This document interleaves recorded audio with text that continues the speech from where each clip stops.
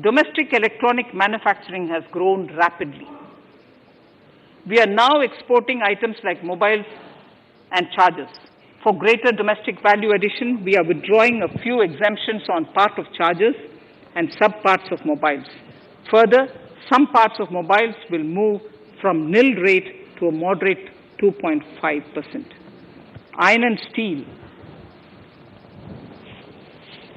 MSMEs and other user industries have been severely hit by a recent sharp rise in iron and steel prices. Therefore, we are reducing customs duty uniformly to 7.5% on semis, flats, and long products of non-alloy, alloy, and stainless steels. To provide relief to metal recyclers, mostly MSMEs, I am exempting duty on steel scrap for a period up to 31st March 2022. Further, I am also revoking ADD and CVD on certain steel products. Also, to provide relief to copper recyclers, I am reducing duty on copper scrap from 5% to 2.5%. Textiles. The textile sector generates employment and contributes significantly to the economy. There is a need to rationalize duties on raw material inputs to man-made textiles. We are now bringing nylon chain on par with polyester and other man-made fibers. We are uniformly reducing the BCD rates on caprolactam, nylon chips, nylon fiber, and yarn to 5%. This will help the textile industry, MSMEs, and also overall exports. Chemicals. We have calibrated customs duty rates on chemicals to encourage domestic value addition and to remove inversions. Apart from other items, we are reducing customs duty on naphtha to 2.5% to correct inversion. Gold and silver presently attract a basic customs duty of 12.5%. Since the duty was raised from 10% in July 19, prices of precious metals have risen sharply. To bring it closer to previous levels, we are rationalizing customs duty on gold and silver. Renewable energy. In Part A, we have already acknowledged that solar energy has huge promise for India. To build up domestic capacity, we will notify a phased manufacturing plan for solar cells and solar panels. At present, to encourage domestic production, we are raising duty on solar inverters from 5% to 20% and on solar lanterns from 5% to 15%. Capital equipment and auto parts. There is immense potential in manufacturing heavy capital equipment domestically. We will comprehensively review the rate structure in due course. However, we are revising duty rates on certain items immediately. We propose to withdraw exemptions on tunnel boring machine. It will attract a customs duty of 7.5% and its parts a duty of 2.5%. We are raising customs duty on certain auto parts to 15% to bring them on par with general rate on auto parts. MSME products. We are proposing certain changes to benefit MSMEs. We are increasing duty from 10 to 15% on steel screws and plastic builder wares. On prawn feed, we increase it from 5 to 15%. We are rationalizing exemption on import of duty-free items as an incentive to exporters of garments, leather, and handicraft items. Almost all of these items are made domestically by our MSMEs. We are withdrawing exemption on imports of certain kinds of leathers as they are domestically produced in good quantity and quality, mostly by MSMEs. We are also raising customs duty on finished synthetic gemstones to encourage domestic processing. Agriculture products to benefit farmers. We are raising customs duty on cotton from nil to 10%, on raw silk and silk yarn from 10 to 15%. We are also withdrawing end-use-based concession on denatured ethyl alcohol. Currently, rates are being uniformly calibrated to 15% on items like maize, bran, rice bran, oil cake, and animal feed additives. There is an immediate need to improve agricultural infrastructure so that we produce more while also conserving and processing agricultural output efficiently. This will ensure enhanced remuneration for our farmers. To earmark resources for this purpose, I propose an agricultural infrastructure and development cess on a small number of items. However, while applying this cess, we have taken care not to put additional burden on consumers on most items. Rationalization of procedures and easing of compliance.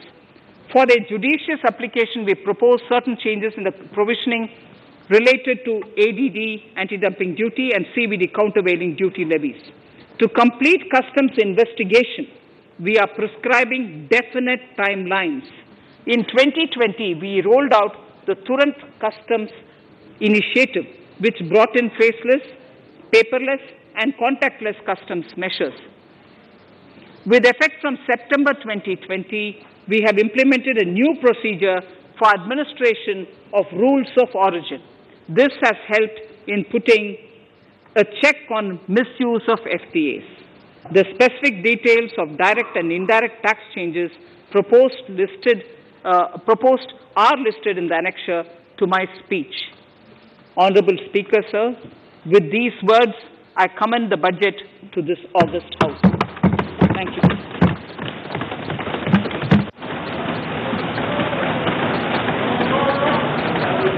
Item number 1, माननीय मंत्री जी, item number 1। Sorry, I don't have it with me.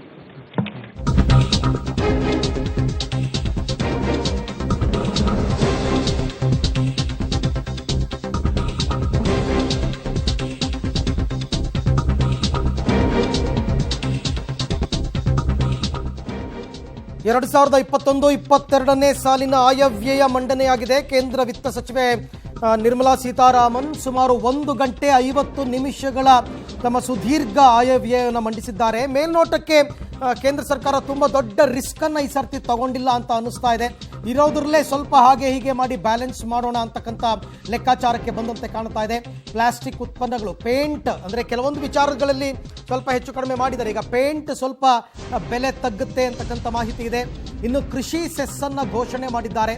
ಕೃಷಿ cess, ಇದರ ಬಗ್ಗೆ ಸ್ವಲ್ಪ ಆರೋಪಗಳು ಬರಬಹುದು, ನೋಡೋಣ ಅದ್ರ ಬಗ್ಗೆ ಏನು ಹೇಳ್ತಾರೆ ಅಂತ. ಇನ್ನು ಹತ್ತಿಯ ಮೇಲೆ ಅಬಕಾರಿ ಸುಂಕವನ್ನು ಹೆಚ್ಚಳ ಮಾಡಲಾಗಿದೆ. ಸೊ ಅದರ ಬೆಲೆ ಯಾವ ರೀತಿ ಆಗುತ್ತೆ, ಇದರಿಂದ ರೈತರಿಗೆ ಯಾವ ರೀತಿ ಅನುಕೂಲ ಆಗುತ್ತೆ. ಎಲೆಕ್ಟ್ರಾನಿಕ್ ಉತ್ಪನ್ನಗಳ ಅಬಕಾರಿ ಸುಂಕವನ್ನು ಹೆಚ್ಚಳ ಮಾಡಿರುವಂಥದ್ದು. ಸೊ ಎಲೆಕ್ಟ್ರಾನಿಕ್ ವಸ್ತುಗಳ ಬೆಲೆ ಹೆಚ್ಚಾಗಬಹುದು. 2.5% ಸುಂಕವನ್ನು ಹೆಚ್ಚಳ ಮಾಡಿದ್ದಾರೆ ಅಂತಕ್ಕಂಥ ಘೋಷಣೆ ಈಗಾಗಲೇ ಆಗಿದೆ. ಸರ್ಕಾರಿ ಸ್ವಾಮ್ಯದ ಸಂಸ್ಥೆಗಳಲ್ಲಿ ಬಂಡವಾಳವನ್ನು ಹಿಂತೆಗೆತ ಮಾಡುವಂಥದ್ದು, LIC ಸೇರಿದಂತೆ. ಆದಾಯ ತೆರಿಗೆಯಲ್ಲಂತೂ ಮಹತ್ವದ ಬದಲಾವಣೆ ಯಾವುದೂ ಕೂಡ ಇಲ್ಲ. ಇನ್ನು ಹಿರಿಯ ನಾಗರಿಕರು ಅಂದರೆ 75 ವರ್ಷ ಮೇಲ್ಪಟ್ಟವರು ಪಿಂಚಣಿ ಮತ್ತು ಬಡ್ಡಿ ಆದಾಯವನ್ನೇ ನಂಬಿಕೊಂಡಿರ್ತಕ್ಕಂಥವ್ರಿಗೆ ಯಾವುದೇ ತೆರಿಗೆ ಇಲ್ಲ. ಮಹತ್ವದ ಬದಲಾವಣೆ ಯಾವುದನ್ನೂ ಕೂಡ ಈ ಸರ್ತಿ ಮಾಡಿಲ್ಲ. ಆದಾಯ ತೆರಿಗೆಯಲ್ಲಿ ಪಿಂಚಣಿ, ಠೇವಣಿ ಮೇಲೆ ಬಡ್ಡಿ ಆದಾಯ ಪಡೆಯುವ ಹಿರಿಯ ನಾಗರಿಕರು 75 ವರ್ಷ ಮೇಲ್ಪಟ್ಟಿರ್ತಕ್ಕಂಥವ್ರು ಅಂತ ಹೇಳಿದ್ದಾರೆ. ಆದಾಯ ತೆರಿಗೆಯಲ್ಲಿ ಕೂಡ ಯಾವುದೇ ಮಹತ್ವದ ಬದಲಾವಣೆಯನ್ನು ಈ ಸರ್ತಿ ಮಾಡಿಲ್ಲ. ಯಥಾಸ್ಥಿತಿ ಕಳೆದ ಬಾರಿ ಏನಿತ್ತು ಅದೇ ಮುಂದುವರಿಯುತ್ತೆ. ಹಿರಿಯ ನಾಗರಿಕರಿಗಷ್ಟೇ ಸೀಮಿತ ರಿಲೀಫ್ ಅನ್ನು ಕೊಟ್ಟಿದ್ದಾರೆ. ಪಿಂಚಣಿ ಮತ್ತು ಠೇವಣಿ ಮೇಲೆ ಬಡ್ಡಿ ಆದಾಯ ಪಡೆಯುವ ಹಿರಿಯ ನಾಗರಿಕರು ಇನ್ನು ಮುಂದೆ ತೆರಿಗೆಯನ್ನು ಕಟ್ಟುವಂತಿಲ್ಲ ಅಂತಕ್ಕಂಥ ಒಂದು ಪ್ರಮುಖ ಘೋಷಣೆಯಾಗಿದೆ.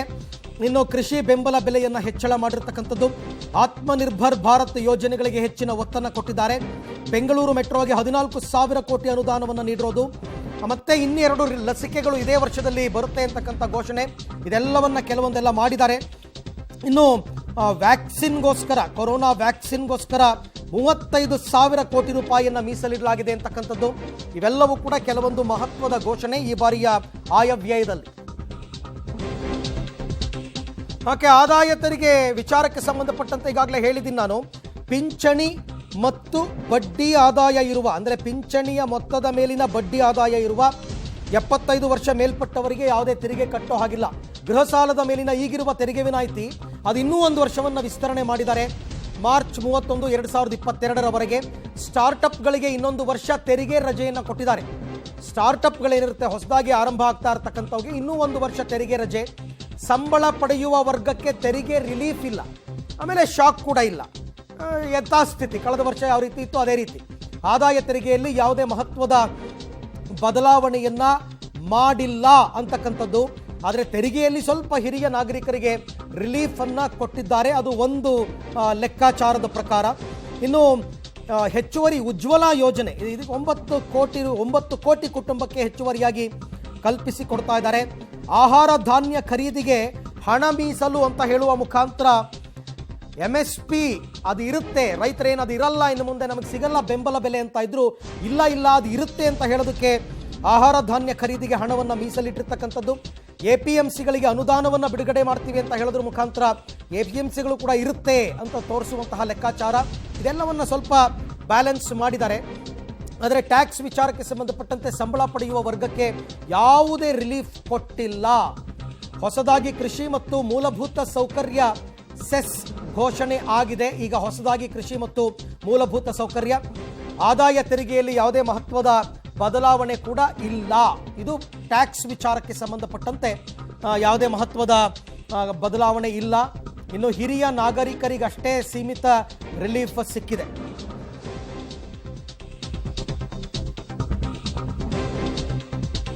ಸಾಲದ ಗುರಿ 6.7 ಲಕ್ಷ ಕೋಟಿಗೆ ಏರಿಸಿದ್ದಾರೆ. 22 ಬೆಳೆಗಳಿಗೆ ವಿಮೆಯನ್ನು ವಿಸ್ತರಣೆ ಮಾಡಿದ್ದಾರೆ.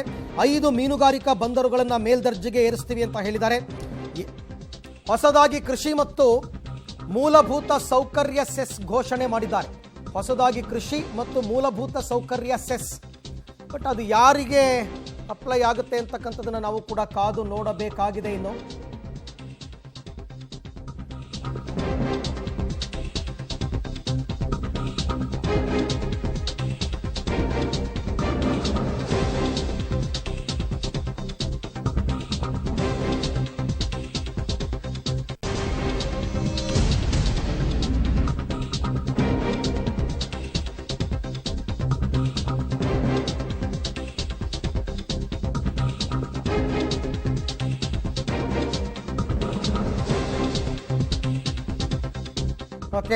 ಆದಾಯ ತೆರಿಗೆಯಲ್ಲಿ ಮಹತ್ವದ ಬದಲಾವಣೆ ಯಾವುದನ್ನು ಕೂಡ ಮಾಡಿಲ್ಲ. ಪಿಂಚಣಿ ಠೇವಣಿ ಮೇಲೆ ಬಡ್ಡಿ ಆದಾಯ ಪಡೆಯುವ ಹಿರಿಯ ನಾಗರಿಕರಿಗಷ್ಟೇ 75 ವರ್ಷ, ಅಂದರೆ ಸ್ವತಂತ್ರ ಬಂದು 75 ವರ್ಷಗಳಾದ ಹಿನ್ನೆಲೆಯಲ್ಲಿ 75 ವರ್ಷ ಮೇಲ್ಪಟ್ಟಂತಹ ಹಿರಿಯ ನಾಗರಿಕರಿಗೆ ಒಂದು ಸ್ವಲ್ಪ ಅನುಕೂಲವನ್ನು ಮಾಡಿಕೊಟ್ಟಿದ್ದಾರೆ.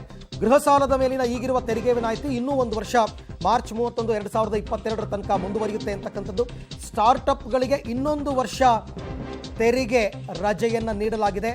ಆದರೆ ಸಂಬಳ ಪಡೆಯುವ ವರ್ಗಕ್ಕೆ ಇನ್ಕಮ್ ಟ್ಯಾಕ್ಸ್ ಅಂತ ಏನು ಬರ್ತಾ ಇತ್ತು ಅದರಲ್ಲಿ ಯಾವುದೇ ರೀತಿಯಾದಂತಹ ರಿಲೀಫನ್ನು ಕೊಟ್ಟಿಲ್ಲ. ತುಂಬ ದೊಡ್ಡ ಮಟ್ಟದ ಬದಲಾವಣೆಯನ್ನು ಮಾಡೋಕ್ಕೆ ಹೋಗಿಲ್ಲ ಇವರು. ಟ್ಯಾಕ್ಸೇಷನ್ ವಿಚಾರದಲ್ಲಿ ತುಂಬ ದೊಡ್ಡ ವಿಚಾರವನ್ನು ಏನು ಬದಲಾವಣೆಯನ್ನು ಮಾಡೋದಕ್ಕೆ ಹೋಗಿಲ್ಲ. ಸೊ ಹಾಗಾಗಿ ಕೆಲವೊಂದು ಎಂದಿನಂತೆ ಯಾವ್ಯಾವ ವರ್ಗವನ್ನು ಟಚ್ ಮಾಡಬೇಕು, ಸಹಜವಾಗಿ ಆರೋಗ್ಯ ವಲಯಕ್ಕೆ ಈ ಸರ್ತಿ ಸಿಂಹಪಾಲು ಸಿಕ್ಕಿದೆ. ಯಾಕೆ ಅಂತಂದರೆ 35,000 ಕೋಟಿ ರೂಪಾಯಿಗಳನ್ನು ವ್ಯಾಕ್ಸಿನ್ಗೆ ಅಂತ ಮತ್ತೆ ಎತ್ತಿಡಲಾಗಿದೆ ಅಂತಕ್ಕಂಥ ಮಾಹಿತಿಯನ್ನು ಈಗಷ್ಟೇ ಕೊಟ್ಟರು. ಇದರ ಜೊತೆಗೆ ಸ್ವಲ್ಪ ಬೇರೆ ಬೇರೆ ವೈದ್ಯಕೀಯ ವಲಯದಲ್ಲಿ ಕೆಲವು ಬದಲಾವಣೆಗಳನ್ನು ಮಾಡ್ಕೊಳ್ತೀವಿ ಅಂತಕ್ಕಂಥದ್ದನ್ನು ಹೇಳಿದ್ದಾರೆ. ಇನ್ನು ಎಲೆಕ್ಟ್ರಾನಿಕ್ ಉತ್ಪನ್ನಗಳ ಬೆಲೆ ಹೆಚ್ಚಳವಾಗುತ್ತೆ. ಎಲೆಕ್ಟ್ರಾನಿಕ್ ಉತ್ಪನ್ನಗಳ ಅಬಕಾರಿ ಸುಂಕವನ್ನು 2.5% ಹೆಚ್ಚಳ ಮಾಡಲಾಗಿದೆ. ಇದು ನಿರೀಕ್ಷೆ ಇತ್ತು ಈ ರೀತಿ ಆಗುತ್ತೆ ಅಂತ. ಸೊ ಟಿವಿ, ಫ್ರಿಡ್ಜು, ಮೊಬೈಲ್ ಇವೆಲ್ಲವೂ ಕೂಡ ದುಬಾರಿ ಆಗುತ್ತೆ. ಇನ್ನು ಜವಳಿ, ಉಕ್ಕು ಉತ್ಪನ್ನಗಳ ಮೇಲೂ ಕೂಡ ಅಬಕಾರಿ ಸುಂಕವನ್ನು ಹೆಚ್ಚಳ ಮಾಡಲಾಗಿದೆ. ಚಿನ್ನದ ಮೇಲೆ ಅಬಕಾರಿ ಸುಂಕವನ್ನು ಇಳಿಕೆ ಮಾಡಿದ್ದಾರೆ. ಸೊ ಚಿನ್ನದ ದರ ಸ್ವಲ್ಪ ಕಡಿಮೆಯಾಗ್ತಕ್ಕಂಥ ಸಾಧ್ಯತೆ ಇದೆ. ಇನ್ನು ಆಟೋ ಉತ್ಪನ್ನಗಳ ಮೇಲೆ ಸುಂಕವನ್ನು ಹೆಚ್ಚಳ ಮಾಡಿರ್ತಕ್ಕಂಥದ್ದು, ಅದು ಕೂಡ ಒಂದು ರೀತಿ ರೇಟ್ ಜಾಸ್ತಿ ಆಗುತ್ತೆ. ಪ್ಲಾಸ್ಟಿಕ್ ಉತ್ಪನ್ನಗಳ ಮೇಲೆ ಸುಂಕವನ್ನು ಹೆಚ್ಚಳ ಮಾಡಿದ್ದಾರೆ. ಪ್ಲಾಸ್ಟಿಕ್ ಉತ್ಪನ್ನಗಳ ಮೇಲಿನ ಸುಂಕ ಹೆಚ್ಚಳವಾಗಿದೆ. ಹತ್ತಿಯ ಮೇಲೆ ಅಬಕಾರಿ ಸುಂಕ ಹೆಚ್ಚಳವನ್ನು ಮಾಡಲಾಗಿದೆ. ಜವಳಿ, ಉಕ್ಕು ಉತ್ಪನ್ನಗಳ ಮೇಲೆ ಕೂಡ ರೇಟನ್ನು ಜಾಸ್ತಿ ಮಾಡಿದ್ದಾರೆ. ಚಿನ್ನ ಸ್ವಲ್ಪ ರೇಟ್ ಕಡಿಮೆ ಆಗುತ್ತೆ. 2.5%ನಷ್ಟು ಸುಂಕವನ್ನು ಇಳಿಕೆ ಮಾಡಿದ್ದಾರೆ. ಆಮದು ಸುಂಕವನ್ನು ಇಳಿಕೆ ಮಾಡಿದ್ದಾರೆ. ಇನ್ನು ಆಟೋ ಉತ್ಪನ್ನಗಳು ಸಹಜವಾಗಿ ಅದರ ಸುಂಕ ಜಾಸ್ತಿ ಆಗಿರೋದ್ರಿಂದ ಕೆಲವೊಂದು ರೇಟು ಜಾಸ್ತಿ ಆಗುತ್ತೆ ಸಹಜವಾಗಿಯೇ. ಪ್ಲಾಸ್ಟಿಕ್ ಉತ್ಪನ್ನಗಳ ಮೇಲೆ ಸುಂಕವನ್ನು ಹೆಚ್ಚಳ ಮಾಡಿದ್ದಾರೆ. ಇನ್ಫ್ಯಾಕ್ಟ್ ಪ್ಲಾಸ್ಟಿಕ್ ಬಳಕೆಯನ್ನು ತೀರಾ ಕಡಿಮೆ ಮಾಡಬೇಕು ಅಂತಕ್ಕಂಥದ್ದೇ ಅವರ ಉದ್ದೇಶವಾಗಿತ್ತು. ಇನ್ನು ಪೇಂಟ್ ಈ ಸರ್ತಿ ಕಡಿಮೆ ಆಗುತ್ತೆ. ಈ ವರ್ಷದಲ್ಲಿ ಪೇಂಟ್ನ ಬೆಲೆ ಅಂತ ಹೇಳ್ತಾ ಇದ್ದಾರೆ. ಕೃಷಿ ಸೆಸ್ ಅನ್ನು ಘೋಷಣೆ ಮಾಡಿದ್ದಾರೆ. ಕೃಷಿ ಸೆಸ್ ಹೊಸದಾಗಿ ಘೋಷಣೆ ಮಾಡಿರ್ತಕ್ಕಂಥದ್ದು. ಕೃಷಿ ಸೆಸ್, ಹತ್ತಿಯ ಮೇಲೆ ಅಬಕಾರಿ ಸುಂಕ ಹೆಚ್ಚಳವನ್ನು ಮಾಡಲಾಗಿದೆ ಅಂತಕ್ಕಂಥ ವಿಚಾರ. ಆದಾಯ ತೆರಿಗೆಯಲ್ಲಿ ಯಾವುದೇ ಮಹತ್ವದ ಬದಲಾವಣೆಯನ್ನು ಕೂಡ ಇನ್ನೂ ಮಾಡಲಾಗಿಲ್ಲ. ಇನ್ನು ಟ್ಯಾಕ್ಸ್ ವಿಚಾರದಲ್ಲಿ ಹಿರಿಯ ನಾಗರಿಕರಿಗೆ ಸೀಮಿತ ರಿಲೀಫ್.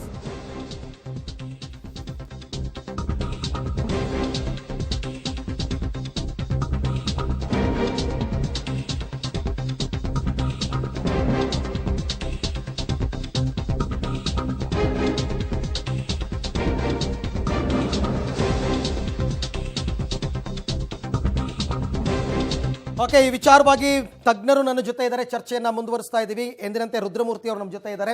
ಹಾಗೆಯೇ ಆರ್ಥಿಕ ತಜ್ಞರಾದಂತಹ ಮೋಹನ್ ಕುಮಾರ್ ಅವರು ಕೂಡ ಜಾಯ್ನ್ ಆಗಿದ್ದಾರೆ. ತಮಗೂ ಕೂಡ ಕಾರ್ಯಕ್ರಮಕ್ಕೆ ಸ್ವಾಗತ. ಕುರುಬೂರು ಶಾಂತಕುಮಾರ್ ನಮ್ಮ ಜೊತೆ ಇದ್ದಾರೆ. ಸರ್, ತಮಗೂ ಕೂಡ ಕಾರ್ಯಕ್ರಮಕ್ಕೆ ಸ್ವಾಗತ. ರಮೇಶ್ ಬಾಬು ಅವರು ಬಂದಿದ್ದಾರೆ ಕಾಂಗ್ರೆಸ್ನಿಂದ. ಸರ್ ನಮಸ್ಕಾರ, ಕಾರ್ಯಕ್ರಮಕ್ಕೆ ಸ್ವಾಗತ. ಗಂಗಾಧರ್ ಮೂರ್ತಿ ಅವರು ಇದ್ದಾರೆ, ತಮಗೂ ಕೂಡ ಕಾರ್ಯಕ್ರಮಕ್ಕೆ ಸ್ವಾಗತ. ನಾನು ಕುರುಬೂರು ಶಾಂತಕುಮಾರ್ ಅವ್ರ ಹತ್ರ ಕೆಲವು ಮಾತುಗಳನ್ನ ಆಡ್ಬಿಡ್ತೀನಿ. ಸರ್, ಈಗ ನಿಮ್ಮ ಕೆಲವೊಂದು ಪ್ರಶ್ನೆಗಳಿಗೆ ಉತ್ತರ ಸಿಕ್ಕಿದೆ ಅಂತ ನಾನು ಭಾವಿಸ್ತೀನಿ ಸದ್ಯದ ಮಟ್ಟಿಗೆ. ಯಾಕೆ ಅಂತಂದ್ರೆ MSPಗೆ ಹಣ ಮೀಸಲಿಟ್ಟಿದ್ದಾರೆ, APMCಗಳಿಗೆ ಅನುದಾನ ಕೊಡ್ತೀವಿ ಅಂತ ಹೇಳಿದ್ದಾರೆ, ಅದರ ಜೊತೆಗೆ ಕೃಷಿ ಸೆಸ್ಸನ್ನು ಹಾಕಿದ್ದಾರೆ. ಸೊ ಫಸ್ಟ್ ರಿಯಾಕ್ಷನ್ ನಿಮ್ಮದು? ಈ ಏನು ಬಜೆಟಲ್ಲಿ ಮಂಡಿಸಿದ್ದಾರೆ ಅದರಿಂದ ರೈತರಿಗೆ ವಿಶೇಷವಾದ ಏನೂ ಇಲ್ಲ.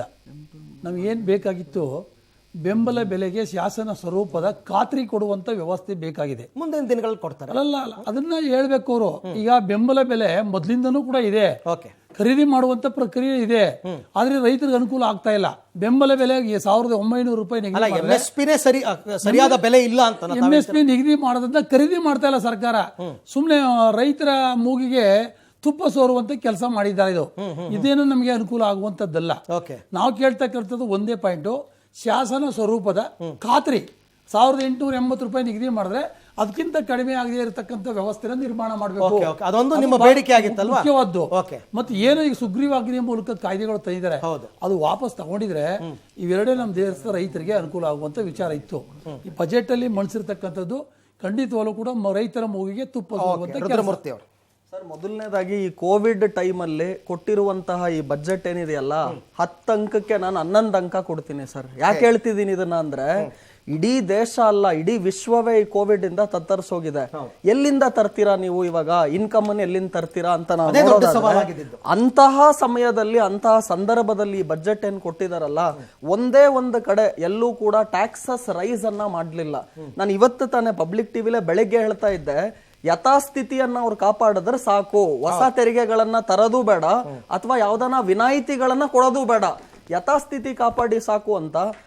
ಯಥಾಸ್ಥಿತಿ ಕಾಪಾಡೋದು ಕಷ್ಟ ಇತ್ತ? ಖಂಡಿತ. ಯಾಕೆ ಅಂದ್ರೆ ಇವಾಗ ನಿಮಗ್ ದುಡ್ಡೇ ಇಲ್ಲ. ಇವಾಗ ಕರೋನಾಗೆ ನಾವು ವ್ಯಾಕ್ಸಿನೇಷನ್ ಮಾಡಬೇಕು, ಇಡೀ ಇಂಡಿಯಾಗ ನಾವ್ ಇದನ್ನ ತಲುಪಿಸ್ಬೇಕು. ಈ ತರ ನೀವು ಹೆಲ್ತ್ ಕಡೆ ಒಂದ್ ಕಡೆ ಆದ್ರೆ, ಮತ್ತೊಂದು ಕಡೆ ನಾವು ಆರ್ಥಿಕತೆಯನ್ನ ಚೇತರಿಸಿಕೊಳ್ಳೋದಕ್ಕೋಸ್ಕರ ಏನ್ ಇನ್ವೆಸ್ಟ್ಮೆಂಟ್ ಗಳನ್ನ ನೀವು ಮಾಡ್ತೀರಾ, ಅದು ಇನ್ಫ್ರಾಸ್ಟ್ರಕ್ಚರ್ ಅಲ್ಲಿ ಮಾಡಬಹುದು, ಇಲ್ಲ ಅಂದ್ರೆ ನೀವು ಇವಾಗ ಇಂಡಸ್ಟ್ರಿ ವಲಯಗಳಿಗೆ ಕೊಡಬೇಕಾದಂತಹ ಇನ್ವೆಸ್ಟ್ಮೆಂಟ್ಸ್ ಗಳಾಗಿರ್ಬೋದು. ಇದು ಎಲ್ಲದಕ್ಕೂ ಎಲ್ಲಿಂದ ತರ್ತೀರಾ ದುಡ್ಡು? ಅದನ್ನ ನಾನು ನೋಡೋದಾದ್ರೆ ಈ ಬಜೆಟ್ ನಲ್ಲಿ ಖಂಡಿತವಾಗ್ಲೂ ರೆವಿನ್ಯೂ ಮೊಬಲೈಸೇಷನ್ಗೆ ಟ್ಯಾಕ್ಸಸ್ ರೈಸ್ ಮಾಡೋದು ಒಂದೇ ಉತ್ತರ ಅಲ್ಲ. ಮತ್ತೆ ಹೆಂಗ್ ತಂದ್ರು ದುಡ್ಡು ಅಂತ ಯೋಚನೆ ಮಾಡೋದಾದ್ರೆ, ಟ್ಯಾಕ್ಸ್ ಕಂಪ್ಲಯನ್ಸ್ ಅನ್ನ ಚೆನ್ನಾಗಿ ಮಾಡ್ತೀವಿ ಅಂದ್ರೆ, ಎಷ್ಟು ಜನ ಈ ತೆರಿಗೆ ವಂಚನೆಯನ್ನ ಮಾಡ್ತಾ ಇದ್ರಲ್ಲ ಅವ್ರನ್ನ ನಾವು ಟ್ಯಾಕ್ಸ್ ಸರಿಯಾಗಿ ಕಟ್ಟಂಗ್ ಮಾಡ್ತೀವಿ ಅಂತ ಅವ್ರನ್ನ ಸ್ಟ್ರೀಮ್ ಲೈನ್ ತರ್ತೀವಿ. ಆಮೇಲೆ ಹಿರಿಯ ನಾಗರಿಕರಿಗೆ ಕೊಟ್ರಲ್ಲ ಬಂಪರ್ ಗಿಫ್ಟ್, ನೀವ್ ಏನು ತೆರಿಗೆನೂ ಕಟ್ಟಬೇಡಿ, ಟ್ಯಾಕ್ಸ್ ಫೈಲ್ ಮಾಡೋದು ಬೇಡ ಬೇಕಾಗಿದ್ದಾರೆ. ಇದು ಸಾಕು. ಅಂದ್ರೆ ಅವರ ಆಶೀರ್ವಾದ ಖಂಡಿತವಾಗ್ಲೂ ಎಲ್ಲರ ಮೇಲೆ ಇರಲಿ. ಆಮೇಲೆ ನನಗೆ ಇಲ್ಲಿ ಏನ್ ಪರ್ಸನಲಿ ನೋಡೋದಾದ್ರೂ ಕೂಡ ಇನ್ಶೂರೆನ್ಸ್ ಅಲ್ಲಿ FDI ಇನ್ವೆಸ್ಟ್ಮೆಂಟ್ಸ್ ಗಳನ್ನ ರೈಸ್ ಮಾಡೋದಾಗಿರ್ಬೋದು. ಉಜ್ವಲ ಸ್ಕೀಮ್ ಅಲ್ಲಿ ಇವಾಗ ಆಲ್ರೆಡಿ 8 ಕೋಟಿ ಜನಕ್ಕೆ ಬೆನಿಫಿಟ್ ಬರ್ತಿತ್ತು, ಅದನ್ನ 1 ಕೋಟಿ ಜನಕ್ಕೆ ಜಾಸ್ತಿ ಮಾಡಿ ಇನ್ನೊಂದು 100 ಡಿಸ್ಟ್ರಿಕ್ಟ್ ಗಳನ್ನ ತರ್ತೀವಿ ಅಂತ ಹೇಳಿದ್ರು. ಇದು ಎಲ್ಲದರ ಜೊತೆ ವಿಷನ್ ಕ್ಲಿಯರ್ ಆಗಿದೆ ಈ ಬಜೆಟ್ ನಲ್ಲಿ. ಏನು ಅಂದ್ರೆ, ಅನೇಕ ಜನ ಲಾಸ್ಟ್ ಇಯರ್ ಆಗ್ಲಿ ಅದ್ರ ಹೋದ ವರ್ಷ ಆಗ್ಲಿ ನಾವೆಲ್ಲ ಯೋಚನೆ ಮಾಡ್ತಿದ್ದೇನು ಅಂದ್ರೆ, ಯಾವ ರೀತಿ ದೇಶವನ್ನ ನೆಕ್ಸ್ಟ್ 2-3 ವರ್ಷಕ್ಕೆ ತಗೊಂಡು ಹೋಗ್ತಾರೆ. ಇಲ್ಲಿ ಪಾಯಿಂಟ್ ಏನಾಗ್ತಿದೆ ಅಂದ್ರೆ, ಈಗಿರುವ ಪರಿಸ್ಥಿತಿಯನ್ನ ನೀವು ನೋಡಿದ್ರೆ ಇಂಥ ಬಜೆಟ್ ಕೊಡೋದಕ್ಕೆ ಸಾಧ್ಯ ಇಲ್ಲ. ಇಲ್ಲಿ ಹೆಂಗಾಗಿದೆ ಅಂದ್ರೆ, ನೀವು ಕ್ರಿಕೆಟ್ ಅಲ್ಲಿ ಬೌಲಿಂಗ್ ಪಿಚ್ ಅಲ್ಲಿ ಯಾರೋ ಒಬ್ಬ 100 ಹೊಡೆದು ಬಿಟ್ರೆ ಅದೇ ಅಚೀವ್ಮೆಂಟ್. ನೀವು ಬೆಂಗಳೂರು ಚಿನ್ನಸ್ವಾಮಿ ಸ್ಟೇಡಿಯಂ ಅಲ್ಲಿ 100 ಹೊಡೆದ್ರೆ ಅದು ಬ್ಯಾಟಿಂಗ್ ಪಿಚ್ಚು. ಇವತ್ತಿದ್ದಂತಹ ಸಂದರ್ಭದಲ್ಲಿ ಇವ್ರು ಕೊಟ್ಟಿರೋ ಬಜೆಟ್ ತುಂಬಾ ಒಳ್ಳೆ ಬಜೆಟ್ ಅಂತ ನಾನು ಹೇಳ್ತೀನಿ. ಓಕೆ, ಬಟ್ GST ಕಲೆಕ್ಷನ್ಸ್ ಎಲ್ಲ ಚೆನ್ನಾಗಿತ್ತಲ್ವಾ? ಈಗ ಆಫ್ಟರ್ ದಿ ಕೊರೋನಾ ಆಲ್ಸೋ ಎಲ್ಲ ರಾಜ್ಯಗಳಿಂದ GST ಕಲೆಕ್ಷನ್ಸ್ ಎಲ್ಲ ಚೆನ್ನಾಗಿತ್ತು. ನಿನ್ನೆ ರಾತ್ರಿ ಬಂದಂತ ಇನ್ಫಾರ್ಮೇಶನ್, ಜನವರಿ 2021ಕ್ಕೆ GST ಕಲೆಕ್ಷನ್ 1,20,000 ಕೋಟಿ ಆಗಿದೆ. ಅಂದ್ರೆ ಎಷ್ಟೊಂದು ಕಡೆ ಇನ್ನ ನಮ್ಮ ಇಂಡಸ್ಟ್ರಿ ಪುನರ್ಚೇತನ ಆಗ್ತಾ ಇದೆ. ಅವಾಗ್ಲೇ ಎಷ್ಟೊಂದು GST ಆಗಿದೆ ಅಂದ್ರೆ, ನನ್ನ ಪ್ರಕಾರ ಇನ್ನೊಂದು 2-3 ತಿಂಗಳಲ್ಲಿ ನೀವು ರೇಟ್ ಆಫ್ ಗ್ರೋತ್ ನೋಡಿ, ಡಿಸೆಂಬರ್ 2020ಕ್ಕೆ 1,15,000 ಕೋಟಿ GST ಕಲೆಕ್ಷನ್ ಇತ್ತು. ಅಲ್ಲಿಂದ ನೆಕ್ಸ್ಟ್ ಇವಾಗ ಜನವರಿ 2021 1,20,000 ಕೋಟಿ, 1,30,000 1,40,000 ಕ್ರೋರ್ಗೆ ಇನ್ನೊಂದು 2-3 ತಿಂಗಳಲ್ಲಿ ನಾವು ರೀಚ್ ಆದ್ರೆ, ಟ್ಯಾಕ್ಸ್ ಕಲೆಕ್ಷನ್ ಯಾಕೆ ಜಾಸ್ತಿ ಆಗ್ತಿದೆ ಅಂದ್ರೆ ಕಂಪ್ಲಯನ್ಸ್ ಚೆನ್ನಾಗಿದೆ. ಇಲ್ಲಿ ಎಲ್ಲೂ ರೇಟ್ ಇನ್ಕ್ರೀಸ್ ಮಾಡ್ತಿಲ್ಲ ಅವರು. ಜಾಸ್ತಿ ಜನ ಏನ್ ಟ್ಯಾಕ್ಸ್ ತೆರಿಗೆ ವಂಚನೆಯನ್ನ ಮಾಡ್ತಿದ್ರು ಅಂತವ್ರಿಗೆ ವಂಚನೆ ಮಾಡೋದಕ್ಕೆ ಇವಾಗ ಅವಕಾಶ ಇಲ್ಲ. ಕ್ಯಾಶ್ ಎಕಾನಮಿ 99% ಸಂಪೂರ್ಣವಾಗಿ ನಿರ್ಮೂಲ ಆಗ್ಬಿಟ್ಟಿದೆ. ಮುಂಚೆ ಏನಾಗ್ತಾ ಇತ್ತು, ಪ್ಯಾರಲಲ್ ಎಕಾನಮಿ ನಡೀತಾ ಇತ್ತು. ಇವಾಗ ಪ್ಯಾರಲಲ್ ಎಕಾನಮಿ ಇಲ್ಲ. ಎಲ್ಲ GST ತಂದಾಗ 4 ವರ್ಷದ ಮುಂಚೆ ಎಲ್ಲ ಹೇಳಿದ್ರು, ಮೋದಿ ಏನೋ ಮಾಡಿದ್ರು, ಡಿಮಾನಿಟೈಸೇಷನ್ ಮಾಡಿದ್ರು. ಸರ್ ನಾನು ಮಾತಾಡ್ತಾ ಇಲ್ಲ ಸರ್, ಇಂಟರ್ನ್ಯಾಷನಲ್ ಮಾನಿಟರಿ ಫಂಡ್ ಅವ್ರಿಗೆ ಯಾರು ದುಡ್ಡು ಕೊಡೋಕ್ಕಾಗಲ್ಲ. IMF ಹೇಳುತ್ತೆ ಚೈನಾ ದೇಶದ ಪ್ರಗತಿ ಬರೀ 8.1%, ಇಂಡಿಯಾದ ಪ್ರಗತಿ IMF ಹೇಳುತ್ತೆ 11.5%. ನಿಮ್ದೇ ಒಂದು ಪಾಯಿಂಟ್ ಬರ್ತಾ ಇದೆ ನೋಡಿ, ಷೇರುಪೇಟೆಯಲ್ಲಿ ನಗಾಲೋಟ. BSE ಸೂಚ್ಯಂಕ 1600ಕ್ಕೆ ಹೆಚ್ಚಳವಾಗಿದೆ. ಷೇರುಪೇಟೆಯಲ್ಲಿ ಇದಕ್ಕೆ ಪ್ರಮುಖ ಕಾರಣ ಯಾವುದೇ ಹೊಸ ತೆರಿಗೆಯನ್ನ ವಿಧಿಸದೇ ಇರತಕ್ಕಂಥದ್ದು, ಅದೇ ಕಾರಣ ಅಂತ ಅನ್ಸುತ್ತೆ. ಏನು ಇಷ್ಟೊಂದು ಇದು ಸೆನ್ಸೆಕ್ಸ್ ರೈಸ್ ಆಗ್ತಾ ಇರೋದು ಜನಕ್ಕೆ ಶೇರ್ ಮಾರ್ಕೆಟ್ ಅಲ್ಲಿ ಹೂಡಿಕೆ ಇರಲ್ಲ, ಅವ್ರಿಗೆ ಅರ್ಥನೂ ಆಗಲ್ಲ. ಆದ್ರೆ ನಾನು ಏನು ಹೇಳ್ತೀನಿ ಅಂದ್ರೆ, ನಾನು ಹೇಳ್ತಾ ಇಲ್ಲ ಶೇರ್ ಮಾರ್ಕೆಟ್ ಇವತ್ತು ಸೆನ್ಸೆಕ್ಸ್ 1600 ಅಂಕಗಳ ಏರಿಕೆಯನ್ನು ಅದೇನ್ ಹೇಳ್ತಾ ಇದೆ ಅಂದ್ರೆ, ಓವರ್ ಆಲ್ ಮಾರ್ಕೆಟ್ ಇವತ್ತು ಈ ಬಜೆಟ್ ಅನ್ನ ಹೇಗೆ ರೇಟ್ ಮಾಡ್ತಾ ಇದೆ ಅಂತ ಹೇಳ್ತಿದೆ. ಇವತ್ತು FIIs ಇನ್ವೆಸ್ಟ್ ಮಾಡ್ತಾರೆ, ಹೊರಗಡೆ ದೇಶದವರು ಮಾಡ್ತಾರೆ. ಮೋಹನ್ ಕುಮಾರ್ ಅವರು, ನಿಮ್ಮ ರಿಯಾಕ್ಷನ್? ಒಂದು ದೇಶ ನಡೆಸೋದು ಒಂದೇ, ಅದನ್ನು ಯಾವ ರೀತಿ ಕಂಪೇರ್ ಮಾಡಬೇಕು ಅಂದರೆ, ಒಂದು ದೇಶ ನಡೆಸೋದು ಒಂದು ಅವಿಭಕ್ತ ಕುಟುಂಬ ನಡೆಸೋ ಹಾಗೆ. ಸೊ ನೀವು ಒಂದು ಕುಟುಂಬದಲ್ಲಿ ವಯಸ್ಸಾದಂಥ ಅಜ್ಜಿ ತಾತ ಇಬ್ಬರು ಇರ್ತಾರೆ, ಅವ್ರ 3 ಜನ ಮಕ್ಕಳಿರ್ತಾರೆ, ಅವ್ರಿಗೆ ಮದುವೆ ಆಗಿರುತ್ತೆ, ಆಮೇಲೆ ಸಂಸಾರ ಮಾಡ್ತಿರ್ತಾರೆ, ಸಣ್ಣ ಮಕ್ಕಳಿರ್ತಾರೆ, ಆಮೇಲೆ ಹೆಣ್ಮಕ್ಳು ಇರ್ತಾರೆ. ಸೊ ಈ ರೀತಿ ಒಂದು ಕಾಂಬಿನೇಷನ್ ಇರುತ್ತೆ. ಒಂದು 10-15 ಜನ ಇದ್ದರೆ ಅದರಲ್ಲಿ ಒಂದು 4-5 ಜನ ಮಾತ್ರ ದುಡಿತಾ ಇರ್ತಾರೆ, ಯಾಕಂದರೆ ಅವರು ದುಡಿಯೋ ಏಜಲ್ಲಿ ಇರ್ತಾರೆ. ಇನ್ನೊಂದಿಬ್ಬರು ಓದ್ತಾ ಇರ್ತಾರೆ, ಇನ್ನೊಂದಿಬ್ಬರಿಗೂ ವಯಸ್ಸಾಗಿರುತ್ತೆ, ಅವ್ರಿಗೆ ದುಡಿಯೋದಕ್ಕೆ ಆಗೋದಿಲ್ಲ, ಅವ್ರಿಗೆ ಹಣ ಬೇಕು, ಜೀವನ ನಡೆಸಬೇಕು. ಸೊ ಈ ರೀತಿಯಾಗಿ ನಡ್ಕೊಂಡು ಹೋಗ್ತಾ ಇರುವಂಥ ಸಂದರ್ಭದಲ್ಲಿ ಸಡನ್ನಾಗಿ ಆ ಮನೆಯಲ್ಲಿ ಏನೋ ಒಂದು ಸಮಸ್ಯೆ ಆದಾಗ, ಈ ಕರೋನಾನೇ ಅಂತ ಅಂದ್ಕೊಂಡ್ರೆ ನಾವು, ನಮ್ಮ ದೇಶಕ್ಕೆ ಅದೇ ಥರ ಸಮಸ್ಯೆ ಆಗಿದ್ದು, ಏನಾಗುತ್ತೆ ಅವಾಗ ಮುಂದೇನು ಮಾಡಬೇಕು ಅಂತ ನೋಡಿದಾಗ ಏನಾಗುತ್ತೆ, ಒಂದು ಕಾಸ್ಟ್ ಕಟ್ಟಿಂಗ್ಗಳಾಗುತ್ತೆ, ಯಾಕಂದ್ರೆ ಕೆಲಸಗಳು ಹೋಗ್ಬೋದು ಆ ಮನೆಯಲ್ಲಿ, ಕರೆಕ್ಟ್ ಅಲ್ವಾ? ಸೊ ಅದೇ ರೀತಿ ದೇಶದಲ್ಲೂ ಅಷ್ಟೇ ಆಗಿದ್ದು. ಈಗ ನರೇಂದ್ರ ಮೋದಿ ಅವರು ಮನೇನ ಚೆನ್ನಾಗಿ ನಡೆಸಿದ್ದಾರೆ ಅಂತೀರಾ? ಅಲ್ಲ, ಆಬ್ವಿಯಸ್ಲಿ ಚೆನ್ನಾಗಿ ನಡೆಸಿದ್ದಾರೆ. ಒಂದು ರಿಯಾಕ್ಷನ್ ತಗೊಂಡ್ಬಿಡ್ತೀನಿ ಎಲ್ಲಾರ್ದು. Yes Ramesh Babu sir.